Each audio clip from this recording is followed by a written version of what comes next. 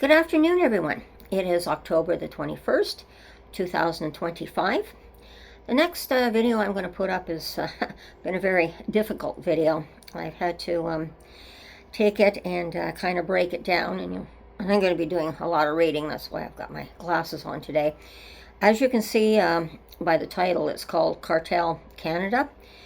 This is in regards to a documentary that was put up over this past weekend from W5, well known for the documentaries on getting to the truth. Their reporters are just extremely excellent in getting to the bottom of crime and different subjects that we don't have talk about on the normal stream of everyday talking, and getting to the bottom of things. So it's going to be a long video. It's definitely on drugs. It sort of gives Canada a black eye, unfortunately. But there's also some good news in the background as well from this. So it is going to be long, so I'm going to get to it. And again, the title of it is Cartel Canada. Now, this started back, the videos that W5 put up starts from February the 23rd, 2023. A man died in New Zealand from drinking beer made in Canada called honey beer with meth in it. He took a gulp and ran to the washroom. A friend followed him into the washroom and was told it tasted strange and salty. While in the bathroom throwing up, he started screaming, "I'm dying. I want my mom. I want my mom." Mom was contacted over the phone, and this is what she heard, him screaming for her till I guess he passed out. They got him to the hospital, in which he lay in a coma for a week, where he died from a multiple organ failure from opioids. Later, in New Zealand, they located a storage unit with 3/4 of a ton of meth in it.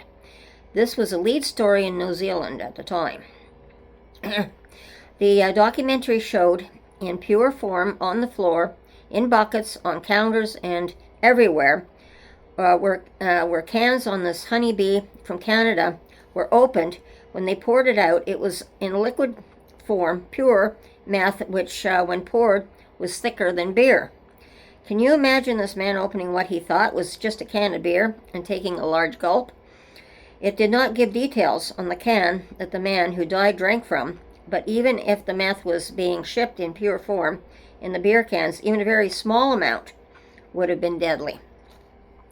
The New Zealand authorities have stated that in one year alone seized 824 kilos in 171 oh my goodness, in seizures, from 3 seizures from Canada every week, and that's from their interceptions on their seizures. It was also stated that as early as the past 3 years, it would even not have been thought that Canada would not have made the list for supplying meth, and certainly 10 years ago, Canada would not have been on the list. Like Canada, this opioid crisis for New Zealand has had a devastating effect on the Indigenous culture, and that is mostly considering our fentanyl overdoses that we've had here. Not so much on the meth, a few, but it's mostly been on the fentanyl. In Auckland, New Zealand, there is a road called K Road, known also as P, meaning pure, for meth. I did not get the exact amount of drug in the package, but converting their money into Canadian money, in New Zealand for the small amount it costs $80. In Canada, on the streets here, for the same amount costs $5 for meth. So in the past videos I have said it only costs $2 for a hit. Think again, even at $5 they can stretch it out. When you give a panhandler money, where is it really going? This was shown on the documentary when Avery Haynes talked to a homeless woman who had been in and out of jail for robbery and assaults, prostitution, and admitted stealing money from her mom, who took Avery back to where she lives in the cemetery. The homeless woman showed her small packet she had gotten for $80 from her dealer. Got out her small pipe and small amount in saving a little for the next hit. Now I'm just going to, before I go further, I'm just going to show you what I'm talking about. It was a little packet like this, okay? And this you can get from any one of our dollar stores. So what I've done is in black, you'll notice that was just under that from the top line was how much she got for $80. And we only have to pay $5 here on the street for ours. So that's quite a huge difference. Just to show you that, just for people who do not understand what I'm talking about. Also in a bus by Auckland authorities, in a garage, they got 1,200 kilos of meth. 350 was intercepted sometime on the 20th of 1 month in 224, or 2024, I should say. However, Canada is not the only unwilling participant in this. Kibochi in their cans from the United States, as well as other drinks from around the world, in whatever their drinks they sell, their cans are being filled with meth too.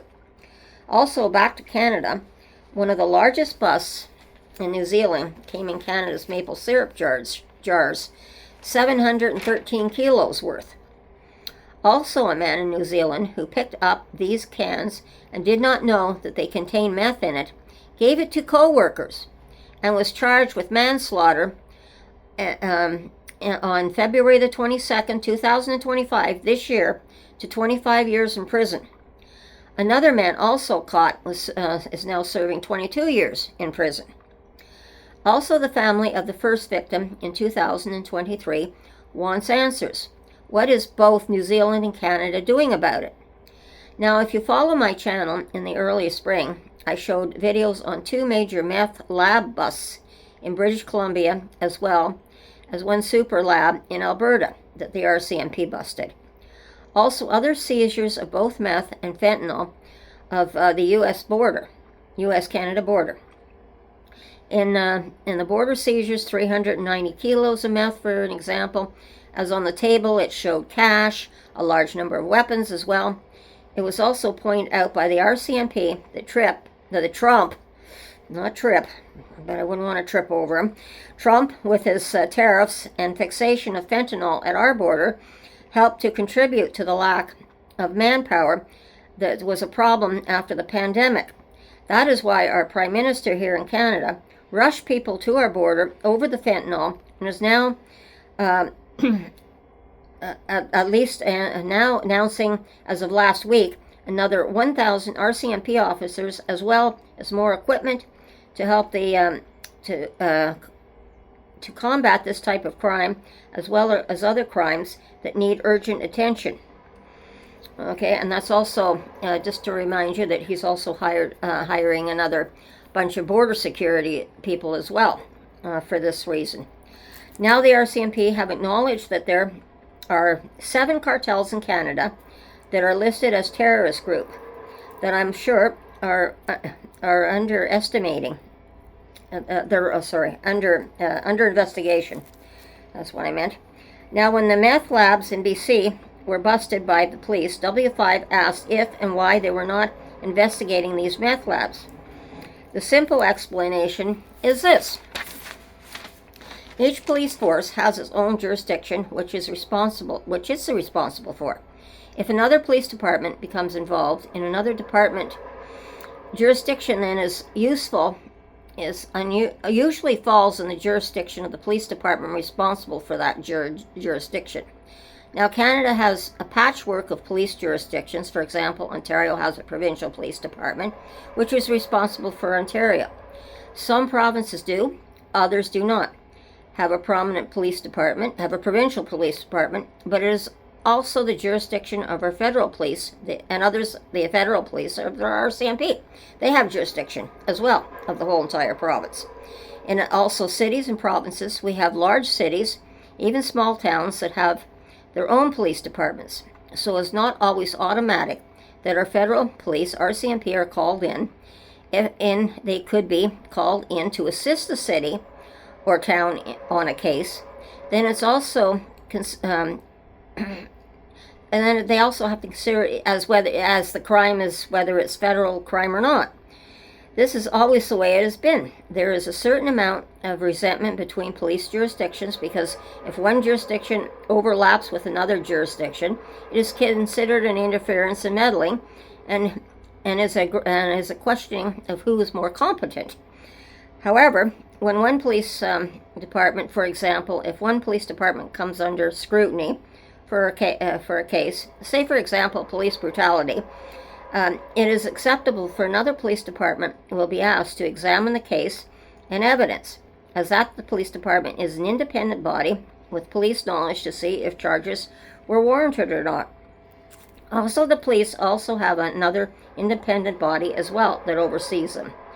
This is oversight, and the outcome does not always make people happy or not. This is how it is done. This was the understanding that I got from my first husband, who was a city police officer.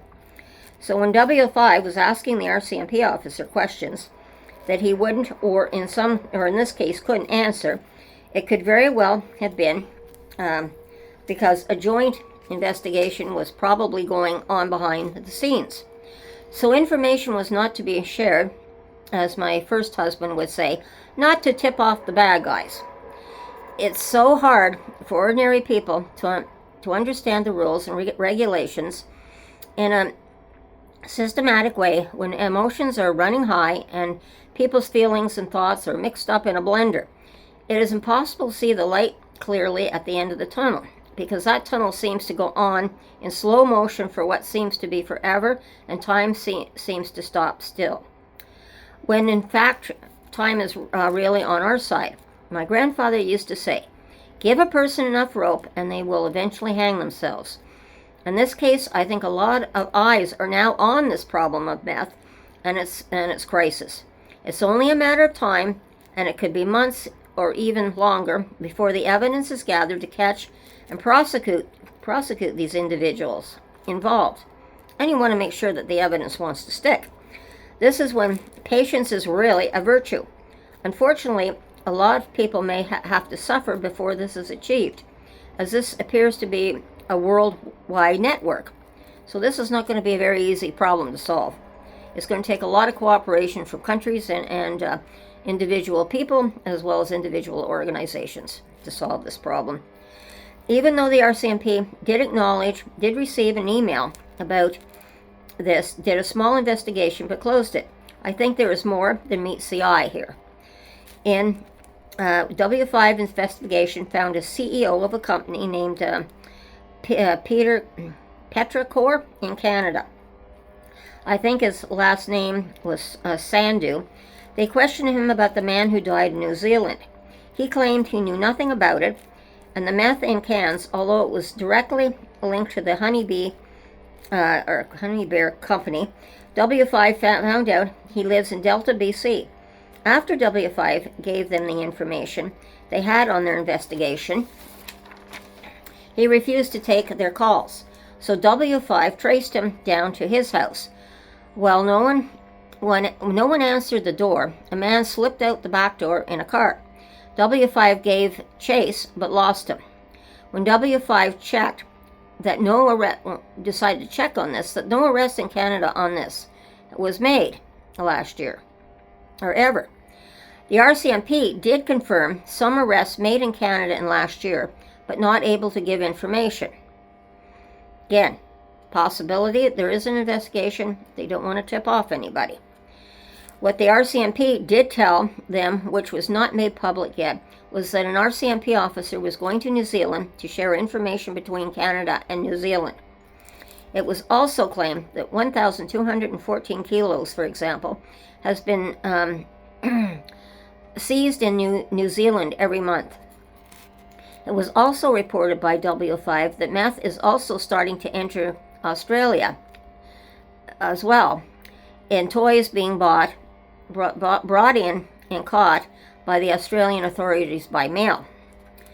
And it seems to be, I guess, coming from our country, from Canada here. Although when they tracked down the mailing address, it was not a good address when checked by their authorities in Australia.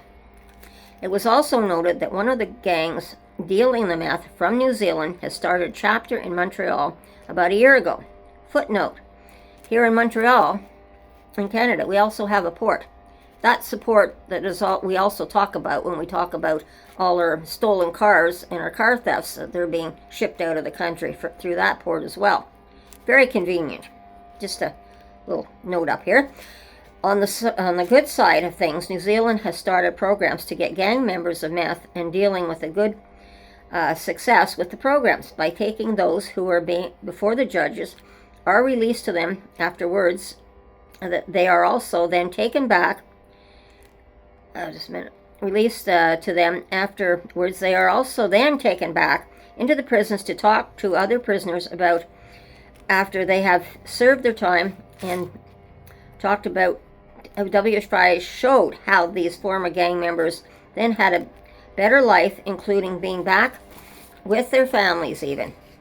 So there's a good side to the story that an effort's being made to work as well with those who are addicted, which maybe we can take some examples again in our own case for our own country of our own addicts here as well. So that's not a bad thing. There's always something we can learn and do better. Although some still have ankle bracelets on them. So I guess there's some that definitely have to be kept track of for a while. But it's still good news. As they enjoy their motorcycles over the past few years, they have put together a motorcycle ride called the RAN Ride. It is for riders against meth who are former addicts. It is a ride for Adrian, the man from New Zealand, who was featured in the beginning of the story, and once a year they ride to his grave in his honor. That's good.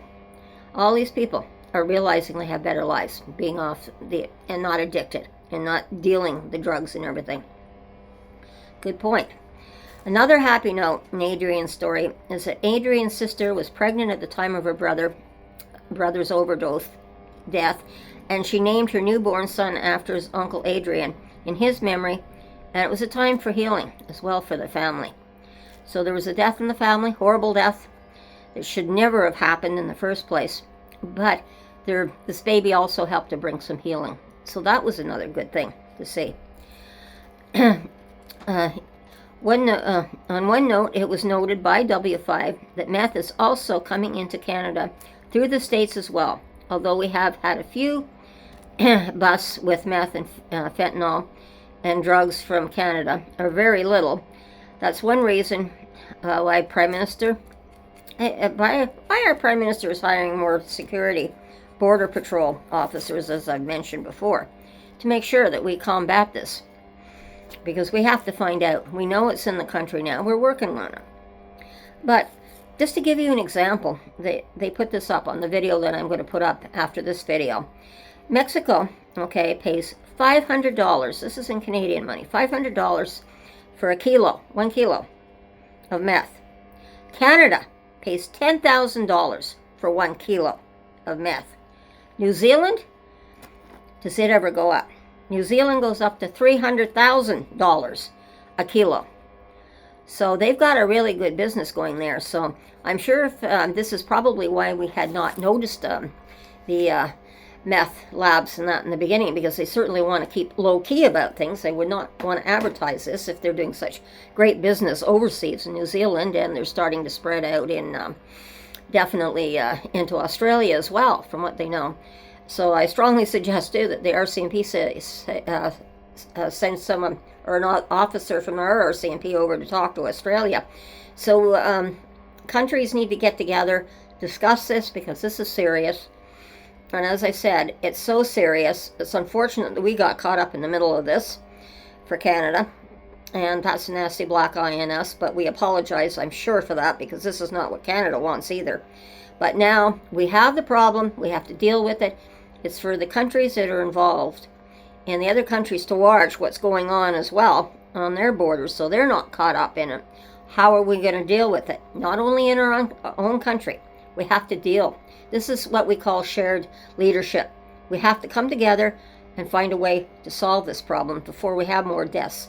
But I can see that it's a much bigger problem when it's worldwide than just in one country. So there's going to be a lot more suffering unfortunately, before we can get this under somewhat of control and hopefully eradicate it eventually. So everyone, please be patient. I know this is a long video, but I felt that it was necessary that I say something important. I know it's been very difficult, but the pandemic left us short of people. We're scrambling, and Trump did not help us in any way, shape, or form. What he's doing, not only with our tariffs and ripping the American people apart with what he's doing, because this is going to reflect. If we can chase them out of our country, they're probably going to really stay in America at that point. So even the Americans better be watching what's going on, because we don't want them. I know the normal American people certainly don't want these cartels and these things happening to us. So I don't know what the Trump administration is going to do about it. But then what do you expect from when you got criminals that are running a country? You know, this is what we have to face. So there's no way that Canada wants to become the 51st states. No way. We don't want any part of it. But there's bigger ramifications that could come down the pipe if we don't do something about it now. And this is why our Prime Minister is definitely trying to seal up our borders better. And we have to remember, Canada's a very large country with not a huge population like the States have, so they can hide in our forests and stuff and try and produce that. So there's a lot of places for these people to hide, so it may take a while, but we're going to get them. And I have to come back to the RCMP. It's always said, and it always comes back to what I grew up, the Mounties always get their man. So they'll get them, but it's going to take time. So everyone, take care, be safe, watch your surroundings, and we'll talk again soon. And bye-bye.